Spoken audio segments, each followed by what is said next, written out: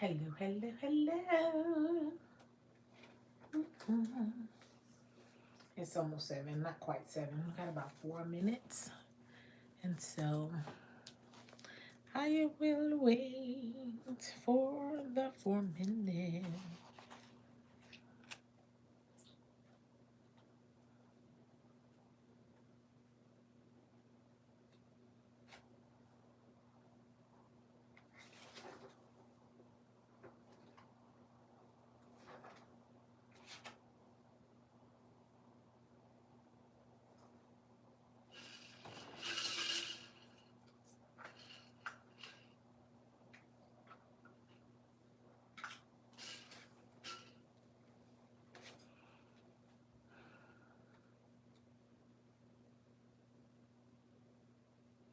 Hey, Bree, how are you?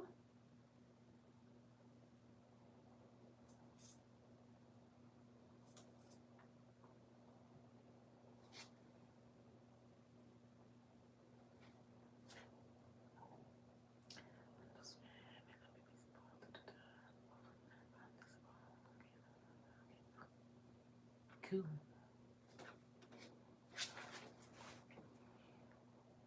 How are you, Bree? I am doing well. I will not complain. How was your day?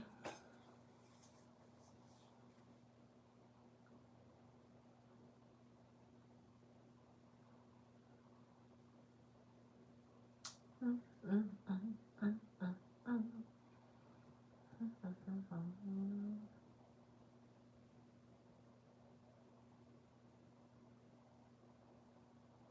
Oh, how was school today?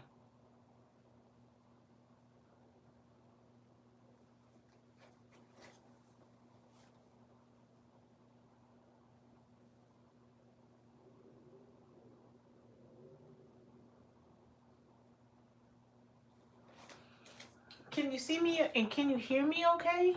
Let me see, make sure.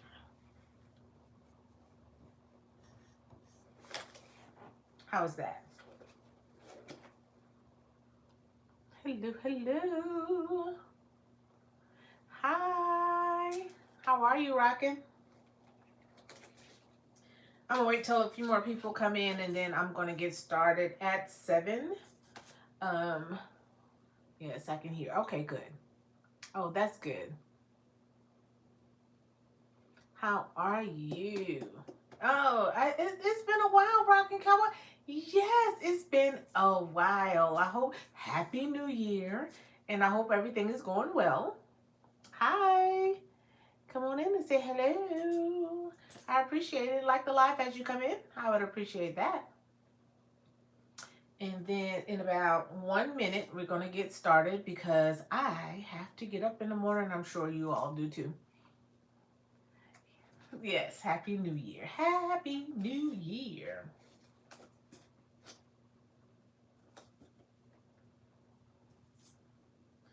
So I'm a little bit nervous because it's my little baby that I'm just starting. So I'm excited, but a little bit nervous. My day was great. How are you? Okay, my day was great. I had no complaints. It was going pretty good. So I am not going to complain whatsoever. Wait a few more minutes for a few people to come in and then we can get started. Ooh, ooh, ooh, ooh. How was your weekend? Oh, it's 7 o'clock. All right, so we got us out on time. You bestie. You saw how we look like. Yes, and you are gorgeous, darling. So, so I'm definitely pretty. Exactly right. Greetings me. Hey, Corey. How are you? There you go. So I'm going to go ahead and get started. So today's Talk About It Tuesday is going to be talking about 911 dispatch. So for me, I have been a 911 dispatcher for off and on altogether about 20 years. And so I started in June of 2000, and then I did that one agency that was for about 16 years. And I did 1 year at an agency here in Columbia. That was about 6 or 7 years ago. And then now I'm at a second agency here in Columbia. So it's a pretty interesting job. It's never a dull moment. And so I'm just going to answer any questions that you guys may have. I did get a few questions in the chat. And so not in this chat, but in a post, so that I can let you guys know, anything that you may want to inquire about dispatching. So, like I said, my name is Mia. I have been a dispatcher for, I'll say altogether, about 20 years. And so I decided recently to restart my career in dispatching. It's a very rewarding career, and it's taxing, but it's, like I said, the best part of it is you're being able to help somebody. Um, what are the requirements? Some of the requirements are simple. If you can type at least with this new agency here, I think it's 35 words per minute, at least. If you can type them, not so much as how fast, but correctly. If you can type 35 words per minute, they have a vision test, they have a psych eval, and then if you can multitask, and they also do a background check on you and stuff like that. So it's very it's a little time consuming to once you fill out your application, because you can go to like your city or your county website and see if they have a telecommunication position. A lot of agencies, they're different. Some of them require you to have a physical test, and so a lot of them don't, because you do sit there. Cool. That's pretty much that. Yeah, you have your type in, your vision, your physical test, psych eval, and then of course you have your interview, of course. So I did get a few questions. Like I said, you apply through your city or your county website. It is very rewarding. So a lot of people have the misconception of 911. When you call 911, sometimes they expect you to be there instantly, and that's not necessarily the case. It takes a lot, there's a lot into getting to working for 911. So when you call, you hear someone say, "Where did you get them glasses?" I got them from Zelo, Zeelool. Yes, you have to make a psyche valve, or you have to have a psyche valve, because sometimes people might be, and they have to make sure you are mentally able to deal with the type of calls that you get, because you get death calls, you get calls involving children, you get calls involving loved ones. Sometimes when you take a call from someone and they're explaining what they see, and sometimes you have to be mentally prepared to take care of that. Your mental has to be stable. Absolutely, absolutely. And so, it takes a lot. And dispatching is not for everyone. It's definitely not for the weak. And there's been times when you're working somewhere, like say when I was back home, I was working and I knew people. I knew the people who were calling because I grew up there and stuff like that. So, but you have to separate yourself from that, because you are providing a service. And so you have to, just like a blank slate, you did, just like you don't know who they are, you have to treat everyone the same, whether you know them or not. Hey Anthony, how are you? How are you? How are you? So that's just basically the basis of 911. But I did, like I said, I did get some questions, so I'm going to answer them as thoroughly as I can from me, because a lot of the times you a lot of the times you get this type of deal, but you can't give out certain information, where the person may know that it's them or whatever the case is, and so you can't. And so I'm doing well. Okay. And so the first question that I got was, how quickly do you have to make decisions? Well, when it comes to dispatching, you have to make them very, very quickly. You don't have time to sit now. Now, don't get me wrong. There's a protocol that you have to follow. There's a lot of studying involved. There's a lot of simulating involved and stuff like that, because you have to get trained before you're actually on the floor. And so sometimes training can take up to a year. Sometimes it's over a year. It depends on how fast you learn, how fast you treat people the same way, how fast you learn, how fast you catch on, and stuff like that. So as far as making a decision, you have to make a decision quickly, but you also have to keep in mind that you have to follow that particular protocol. So, for instance, if someone calls and says that they were bit by a dog, okay, the first thing you want to find out is where they are, because sometimes it may be in your jurisdiction, sometimes it may not. You want to find out where they are, if they need an ambulance, or if they need an officer. A lot of the times they just need an officer to come out, to find the owner of the dog or what have you, and they'll be able to deal with the situation. And a lot of times also, there you have to think quick on your feet, because sometimes, when you talk to a customer or a patient or a caller, you have to let them know that, you may not deal with that particular type of situation. Like, say, some agencies don't deal with animal calls. So you have to transfer them to maybe animal control or another agency who deals with those type of calls, animal controls. Either you can, like, same with a fire call. Sometimes if somebody wants to do something as simple as burning trash, they don't call the agency that you're working for. A lot of the times they have to call forestry to get a permit or to get permission, or to let them know that hey, I'm going to be burning trash today. They'll let you know if it's okay. Sometimes if it's a lot of high winds, stuff like that, you can't burn, because you can catch somebody's house on fire.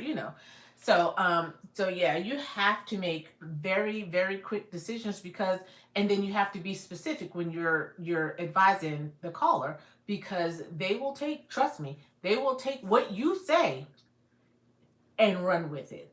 So you have to make that decision. You have to be specific, and you also have to follow the protocols, because it's so very easy to get distracted and give the wrong information. You know what I mean? Because there's a lot of times when you're in there and you could be talking to 10 different people, having 10 different conversations, and the person on the phone may have heard you say blue, and they can instantly say, well, she said the color was blue, and they took that and ran with it, when they don't realize that you're not even talking to them. So you have to be careful, and you have to follow protocol, and think on your feet.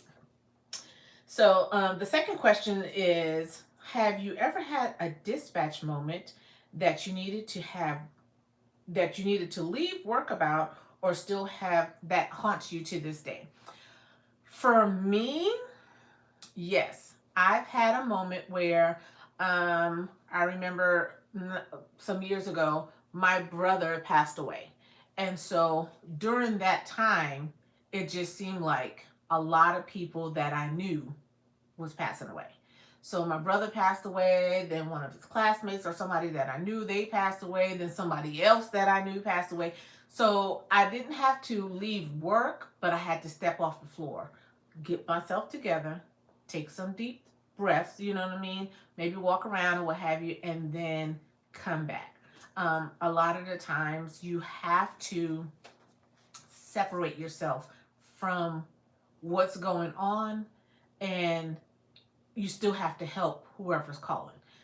Sometimes, rather you know them or not, like I said earlier, a lot of the times depending on where you're working at. Like, see here, I don't hardly know anybody, but back home, I knew a lot of the people because I grew up there, and so you still had to serve them or service them. So you had to separate that. You know what I mean? So you didn't have time to go home right then. You had to make sure they needed or they got everything that they needed, be it fire, EMS, police officer, whatever. You have to make sure that you provide them the top service, and then you can cry about it later. You can walk out the door later, however you want to do it.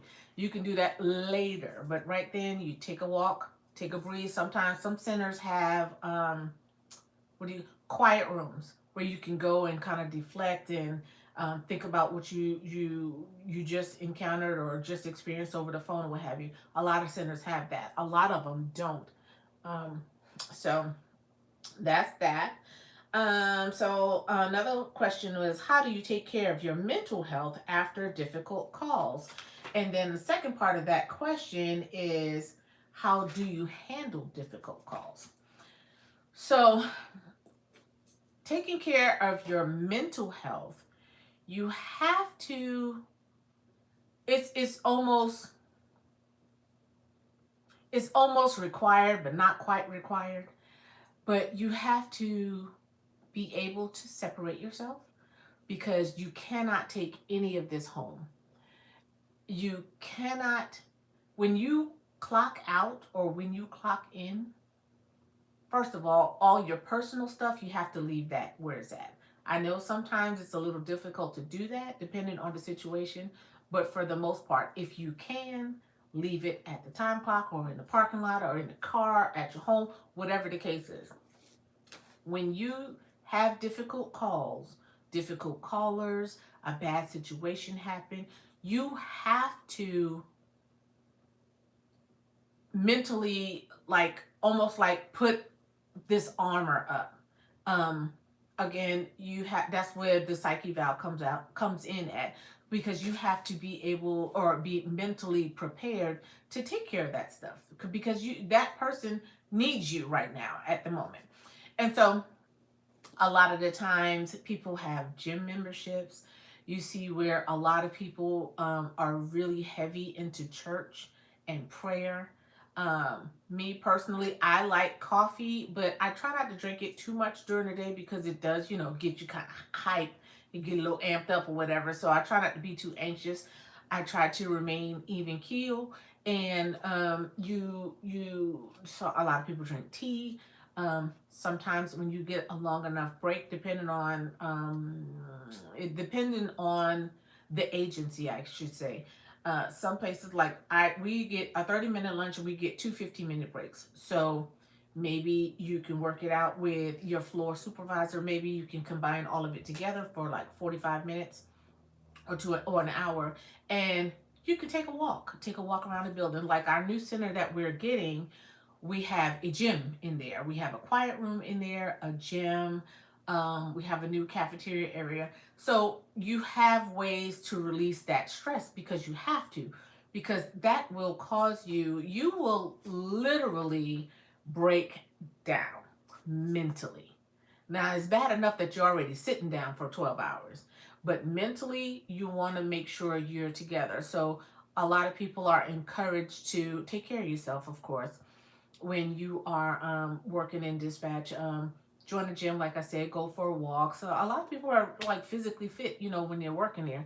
So it's very, very important not to carry all of that. You can't, because you would be in that case when you're trying to deal with your family, because a lot of people can bring that home. That's why I say, for me personally, leave it at the time clock. When you clock out, when you walk off the floor and you clock out, leave everything right there. Pick it back up tomorrow if you have to, or just let it go. Because a lot of the times when you're on the phone and you have a difficult call or a difficult caller or a really stressful situation, you don't have time to sit and think about it, because the phones are constantly ringing. So later on, if you don't know how to separate it, you'll start thinking about it again, and then you'll always wonder what happened or what could have happened or what you should have done different or what you could have said different. So you have to be mentally prepared and separate it. You have to.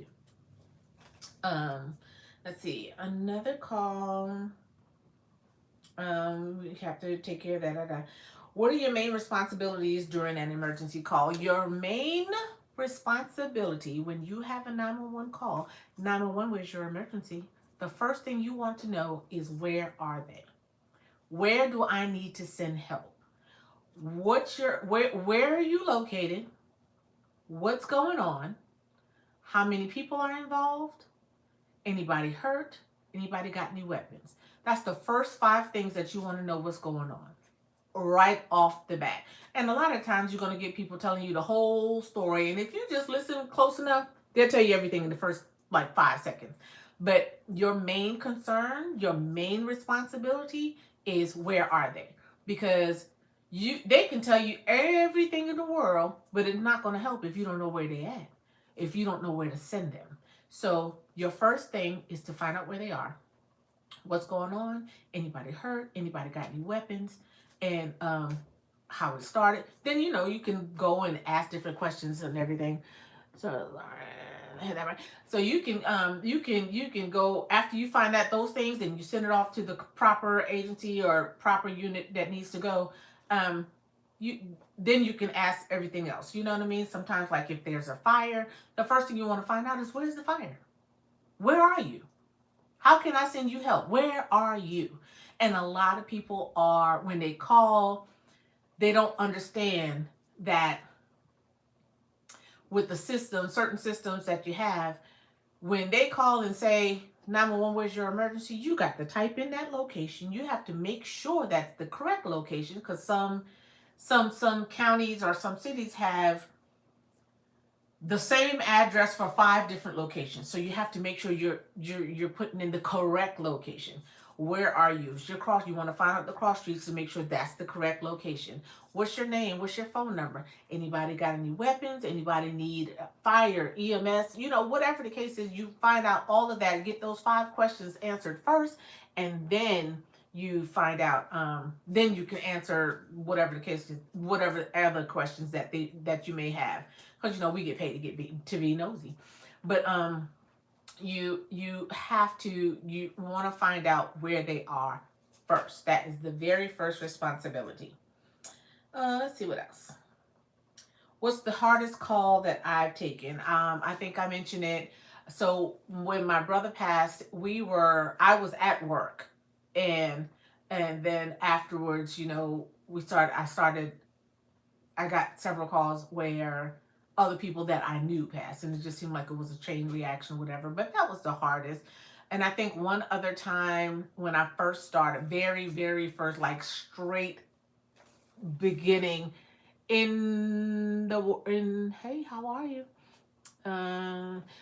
Soon as I got in the door, my very first 911 call was a child having a seizure, and the mother was losing her shit. And I, of course, I had, because I was brand new, I had somebody training with me, so she was listening in, and she kind of talked me through it or what have you. And we had certain guidelines and stuff like that you had to follow. But when that mother started losing her shit, I was damn near losing mine too. That was my very first 911 call. That was probably the hardest. I'll never forget that call, because I'm telling you, when I said that mama lost her shit, hey, listen, I did too.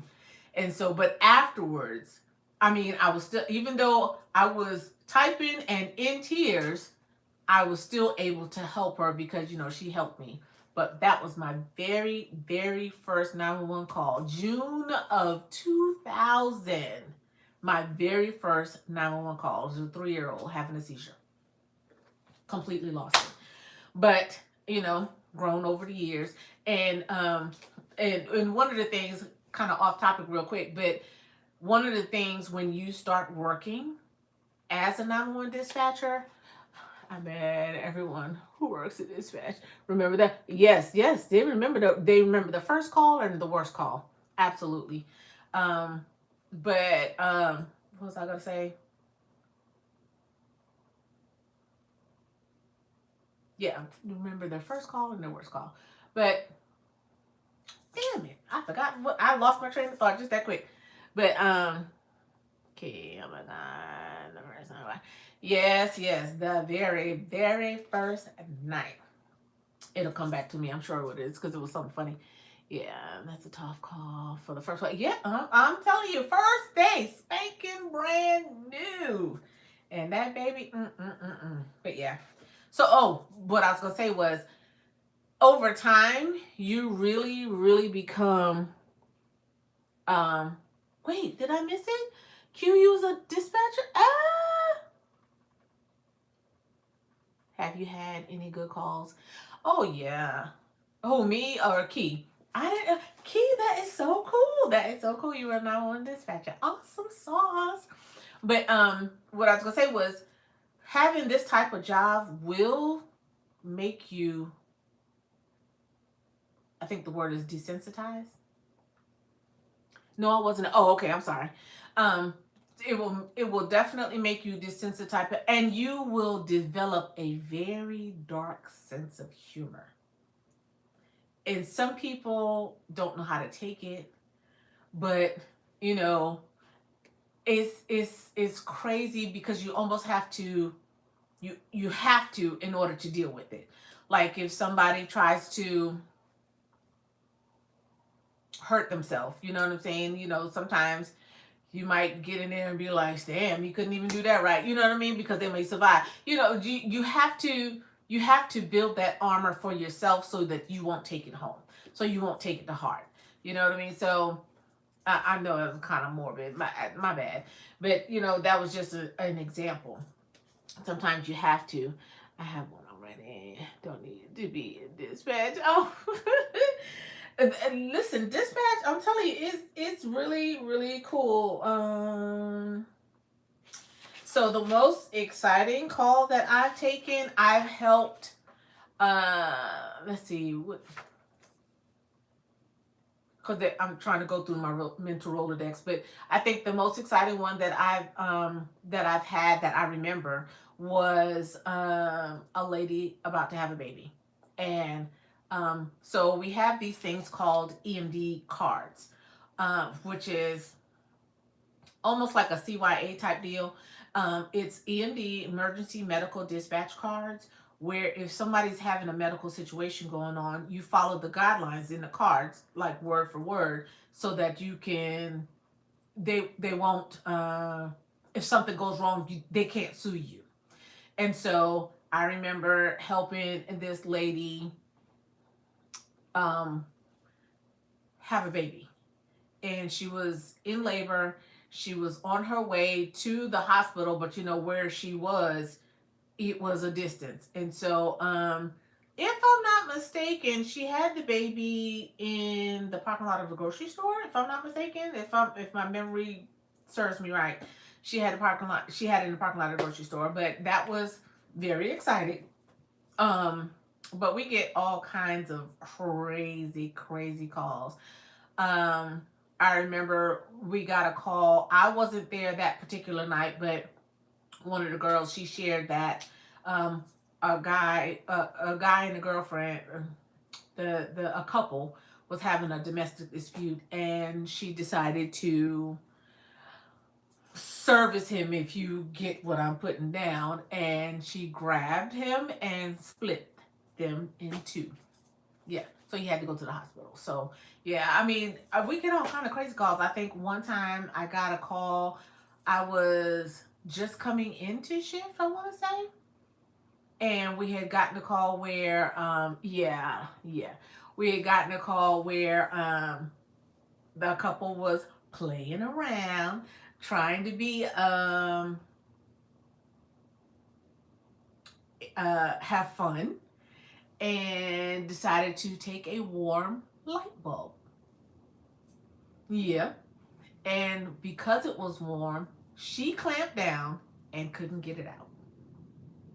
Are you picking up what I'm putting down? Yeah. So, yeah, they had to bust it. They had to take her to the emergency room and all that good stuff. So yeah, people do some crazy shit, and when they can't get out of it, who you think they're gonna call? 911. Absolutely, they will. But yeah, people do some weird shit. Tell it, silly people is right. Silly people is right. Yeah, very, very.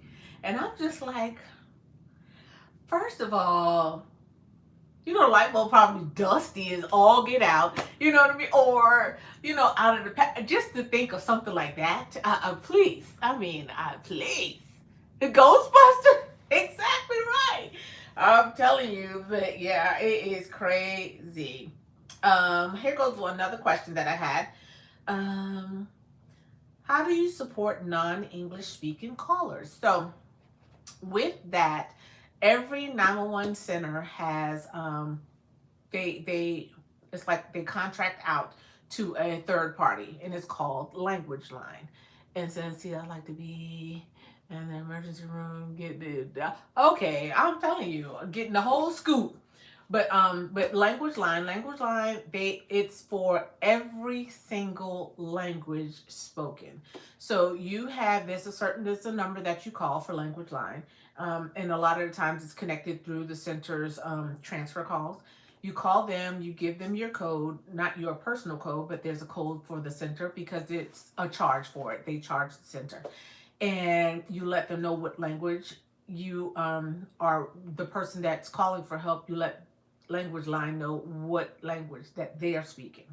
A lot of the times here, the most I've gotten was either Spanish, Mandarin, and then I think one time we got somebody who was speaking Czechoslovakian.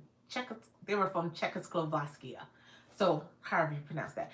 But yeah, that was the most that I've ever gotten. But like I said, Language Line is for every language possible. You get your information and you do it almost like a third party call. So you call them, they ask you, what's going on. They ask you what's language. You tell them what language, and then you find out from them.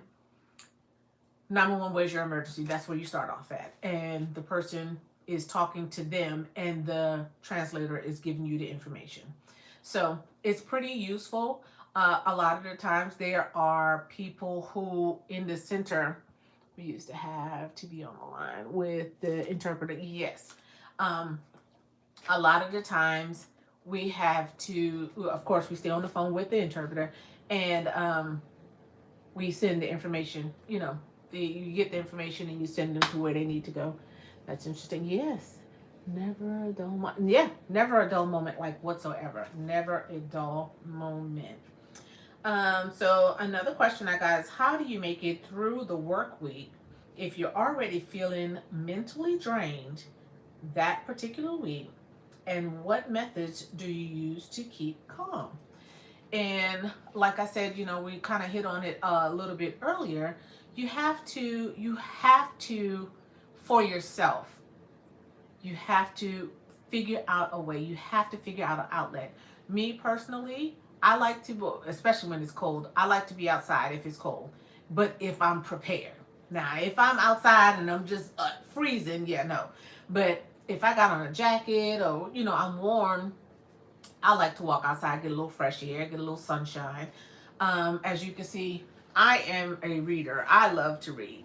The books this way, they're my to be read. And so I like to read. I'll read 2 and 3 books at a time. I'll just skip from one just to kind of escape. A lot of people refer to prayer. I pray all the time. So, I mean, for me, that's nothing new. I say a prayer on my way to dispatch so that I can have a peaceful day, an uneventful day, but still allow myself to have fun and be able to help everybody that I need to help in a timely manner. You know what I mean? And I always ask for a quick mind, quick fingers, and a curved tongue, because sometimes you can get cussed out and you want to cuss them back, but you can't, because that's your job. So I pray for all of that, and I'm in prayer all the time. Now I might joke and carry on and all that stuff and cuss and all that carrying on, but I am always in prayer. You best believe I am, because that can get so chaotic. That this particular job can get so chaotic and so mentally taxing until you mess right around and check out, completely check out, and go off on somebody, or out in the street, or a family member, stuff like that, and it's not worth it. Absolutely not. You're just doing a job. Now if they're having a bad day, then they are having a bad day, so they call you and try to fuck up your day. Yeah, no, we're not having that. You call me, and I don't have no problem telling them, hey, ma'am, you call me for some help. All right, so take a deep breath. We're going to get you the help that you need, and then we're going to move on. Now, how can I help you? Where are you? That's me. And a lot of people, will be like, oh, sweetie, and all of that. I don't have time for that. No, ma'am, you call me for help. How can I help you? First of all, where are you? Because sometimes you might be in a hole. You just may happen to hit one of the towers to reach here in Columbia when you're in a whole nother county. So you're carrying on, but I can't help you still. So find out where you are.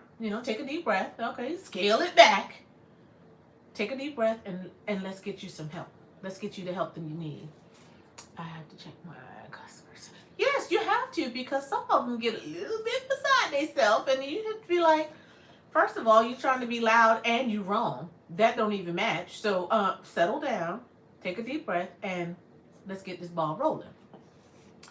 To get to the point, I have a job. Yeah, what do you need? And you just be like, and you want to say, what is it? That's what you be wanting to say sometimes. I just be like, girl, yes, loud and wrong.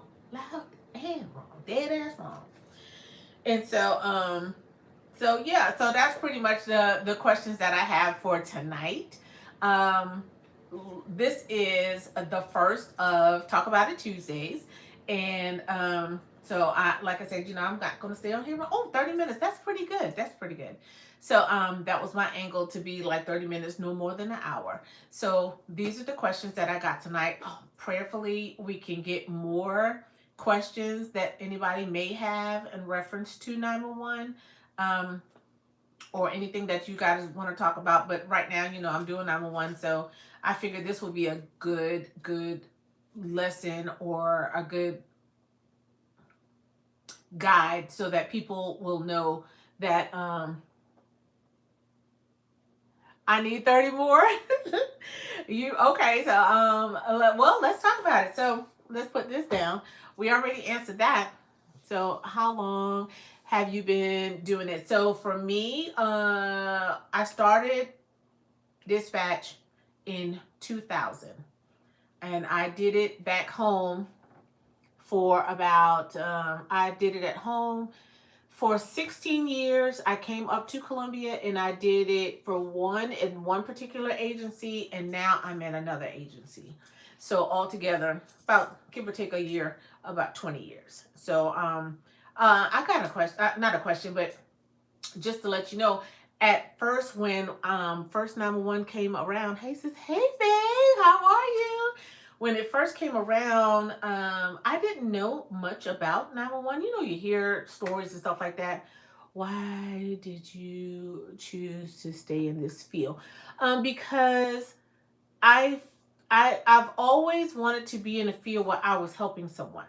So it was either medical field, because y'all know I've dabbled in that too, because I EMT, medical assistant. But when I started this, I had no idea. One of my friends was a 911 dispatcher, and she told me about this. And after she had left, then I was like, well, let me give it a shot. You know what I'm saying? And so I tried it, and I liked it. I liked the fact that we were almost like the unseen heroes. We were the first responders, and we were the unseen heroes. So a lot of people, they hear your voice, they hear you over the radio, but they have no idea that you could be the person standing next to them in the grocery line. And so a lot of it, I chose that because,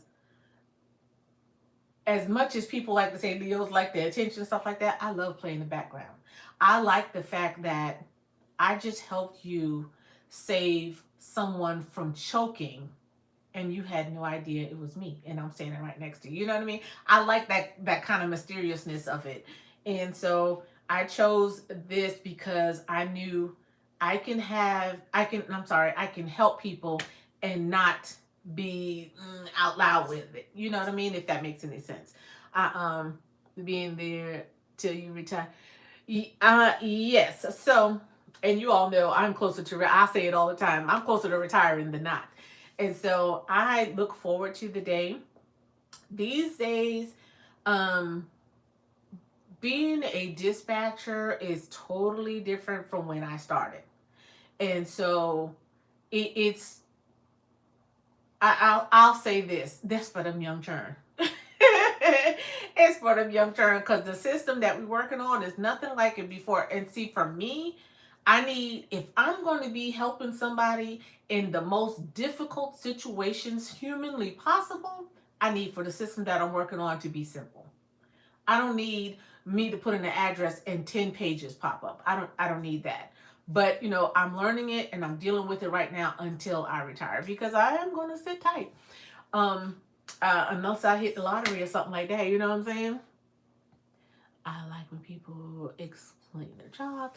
Yes, I love it. And because a lot of people don't know. And did you guys know that a lot of places, especially the bigger cities, they have the system where you can text 911.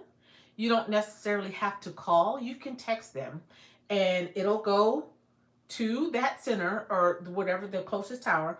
It'll hit that center and you can text the location, what's going on. If you need fire, EMS, you can text all of that. This agency that I'm working for now, that was the first agency that I've heard that you can actually do 911.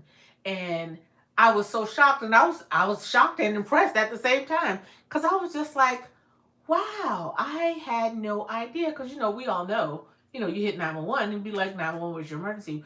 But they have that. They have these things called shot spotter, like guns.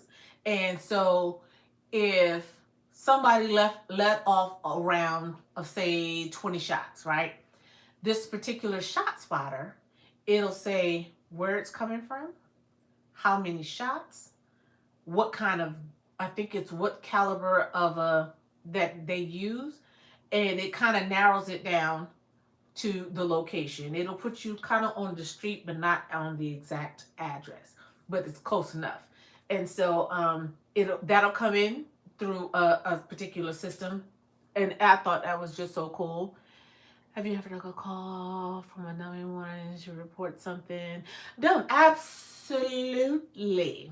So, and I don't know if any of my peoples are watching from back home, but we used to have this one young man who used to call all the time. And I took a call one day. This lady said that this particular man took her driver's license. I said, well, he took your driver's license?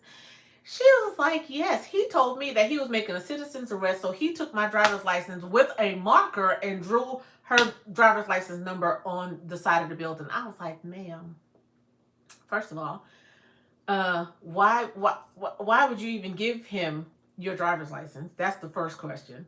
And when you saw that he was writing it on the side of the building, why didn't you take your driver's license and go on about your business? I mean, I'm saying. But people call for the craziest shit. One time he called and said somebody threw ice on the president. Hey, hey, hey. I'm telling you, people call for the craziest shit. One time I had one where somebody called 911 and was asking for the time. Like literally called 911. Hi there, first lady. Oh Lord. Oh Lord. Okay. So they they called 911 and like literal 911, not the non-emergency line, but they called 911. And it was like, 911, where's your emergency? And they were like, can you tell me the time? Yeah. People call for the craziest shit. People call 911 because their cat's stuck in a tree. And the only thing, they want the fire department to come out, but all they're going to do when they come out there is put a can of tuna to the bottom of the tree. The cat's going to come down and eat. But protect and serve. You have to have them go out there, you know what I mean? Because people are They do the craziest things. They call for the craziest thing. And it is just it's amazing. You'd be surprised at the stuff that people call for. Like today we had a call where a lady, she said that some people was arguing outside of her building. She didn't know who they were. It happened Sunday, and she wanted to talk to an officer because she needed somebody to write it down. You know, it's stuff like that. And what we might think is silly, it's important to them, but they think it's that some people just like to get on the phone. Yes, we do have a lot of the elderly who call and really just want to talk to somebody. Child, they've been telling you about what they cook. The nephew, the grandchild, and all that stuff like that. And after the end of the conversation, you just like, all right, well, like I can't tie up the line anymore. She's like, okay, sweetie, thank you for talking to me. Sometimes you just have to talk to them. But what's an emergency? What may not be emergency to us, an emergency to us, it would be an emergency to them. It would be an emergency to them, and we just have to have patience, because that's one of the things you will learn. You will have patience. You will have to have patience. You have to, as much as you want to um, tell the people, hey, hurry up and spit it out.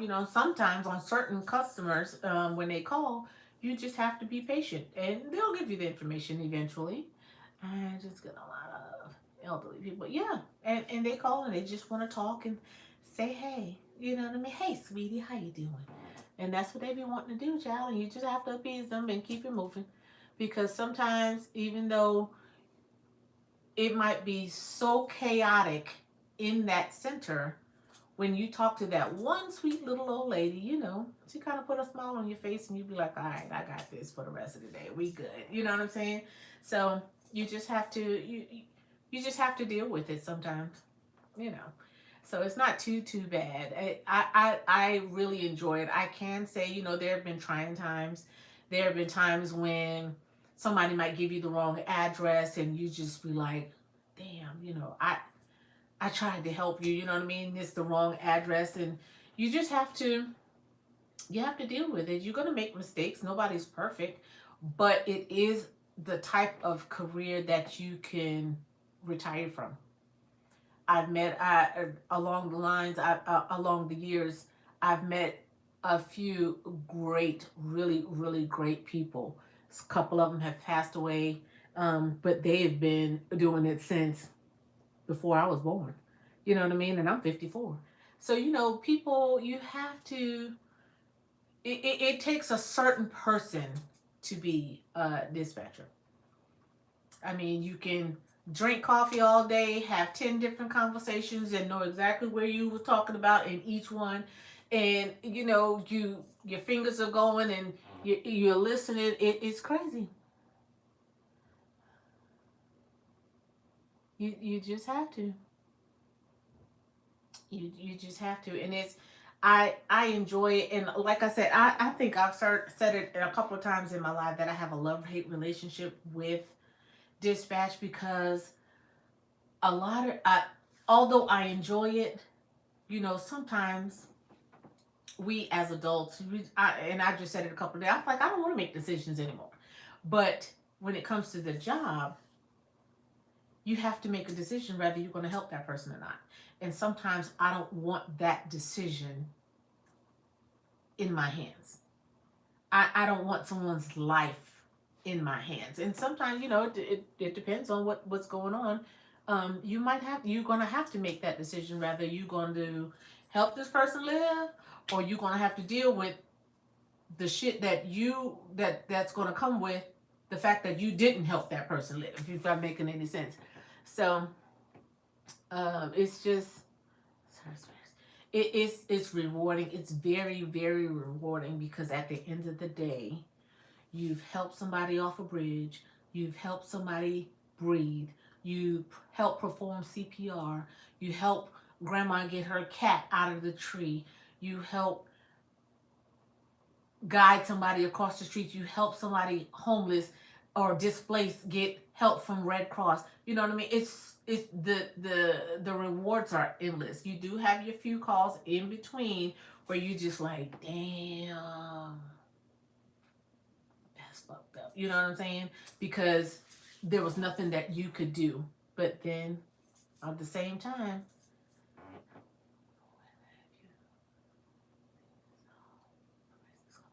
um, I don't know how I can see my messages because I want to see that one that Anthony just said. My chat messages. All right, there we go.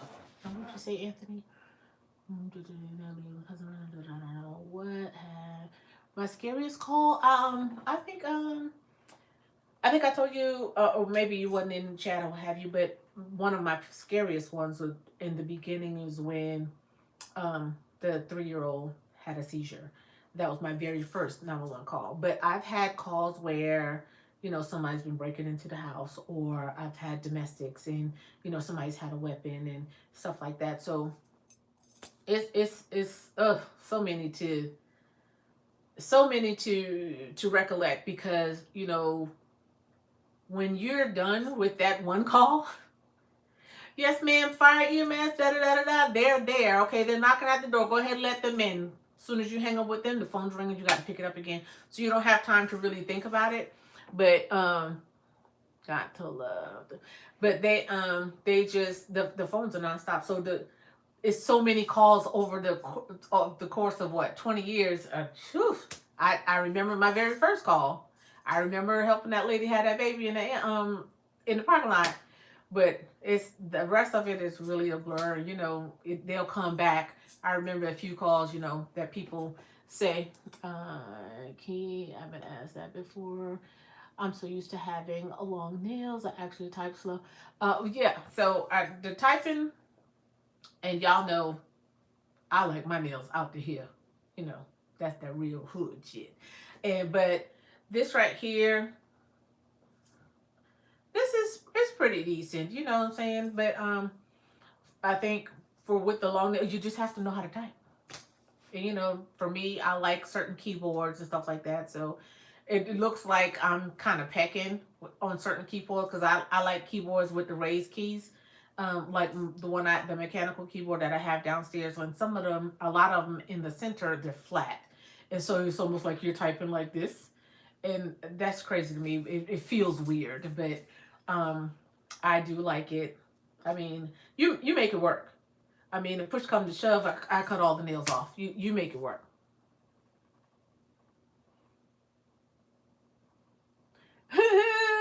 Type noisy. I do. CB, Kick Beauty. I just love. Y'all can do it. Shoot, I'm having a hard time. I usually like them pretty long. This is pretty short for me, but hey, I just love nails. I do, Anthony. Yeah. Sometimes with them long nails, you be typing all noisy. Yeah. And then with the mechanical keyboard, it sounds like a typewriter. Remember the old school manual typewriter? That's what it sounds like. So you just be in there going off, going off. But yeah, so this is I'm so glad I did this. I chose this. But let me see if anything else that may have come up because we got a few more minutes. I know one thing I can say was I read this quote the other day and I thought it was pretty interesting, and it said to never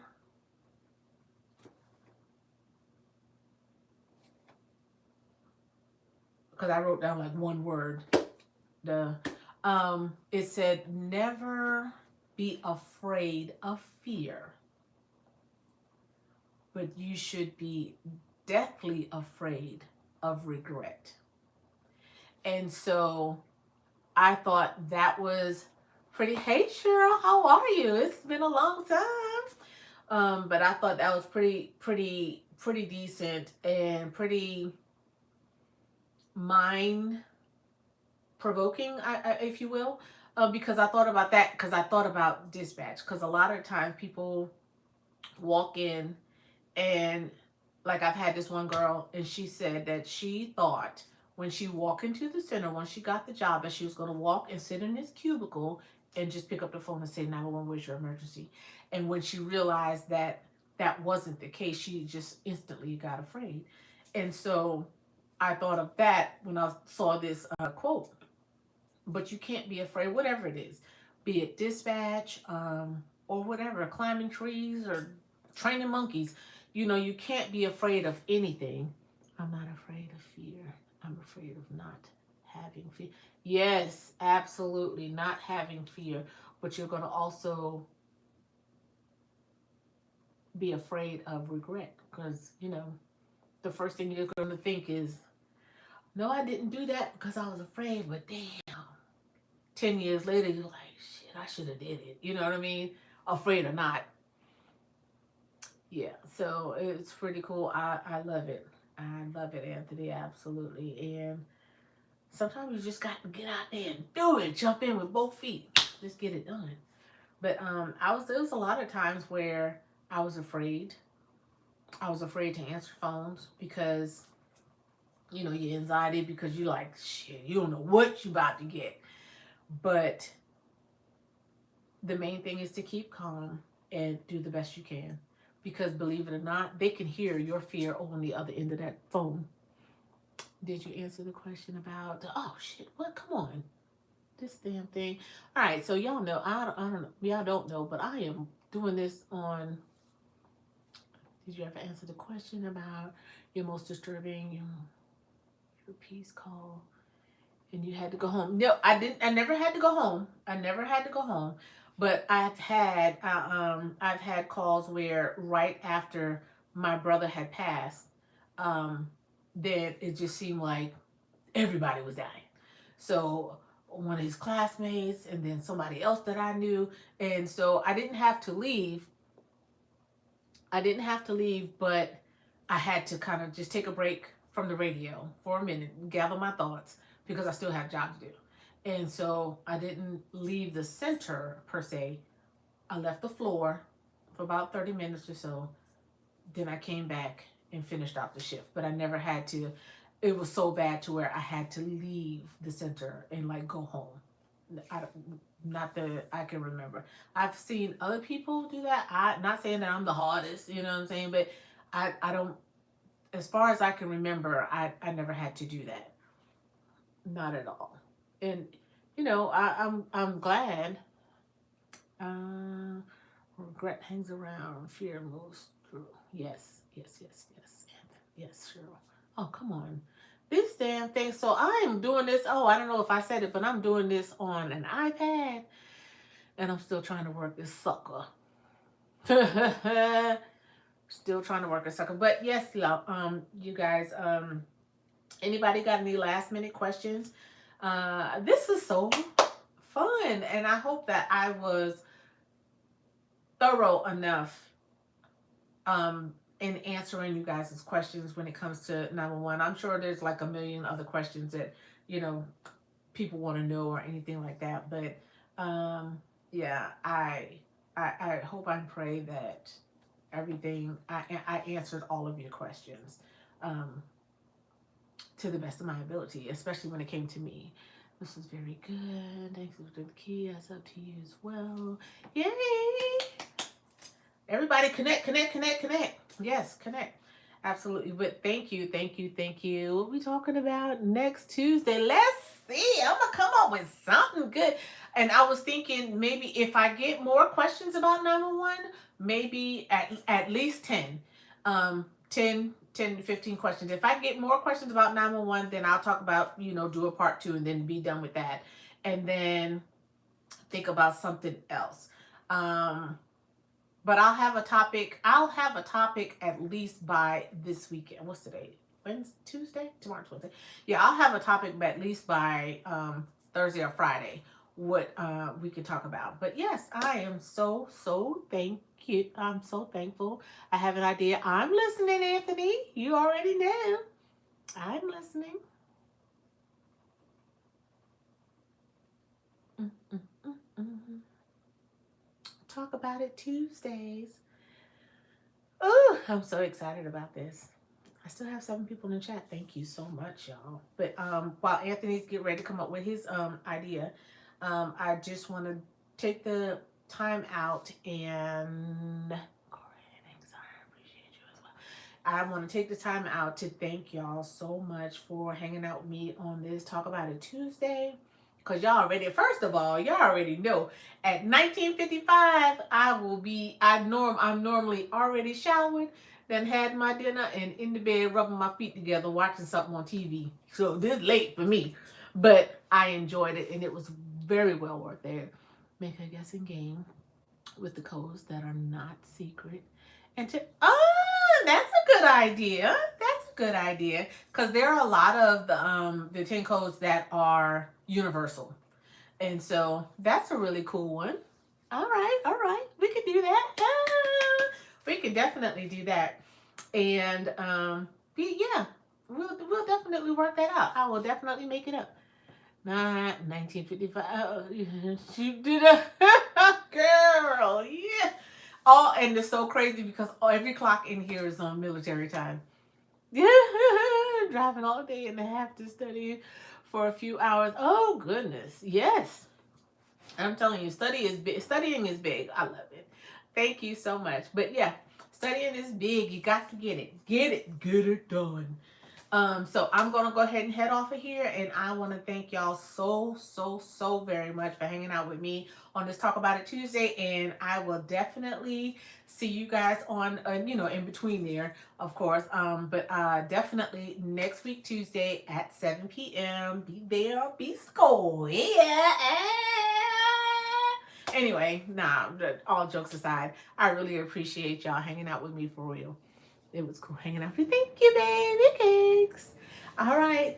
Have a good one. I appreciate y'all. Don't forget to like, share, comment, and subscribe. Anyway, I'll talk to y'all later. Have a good one. Peace.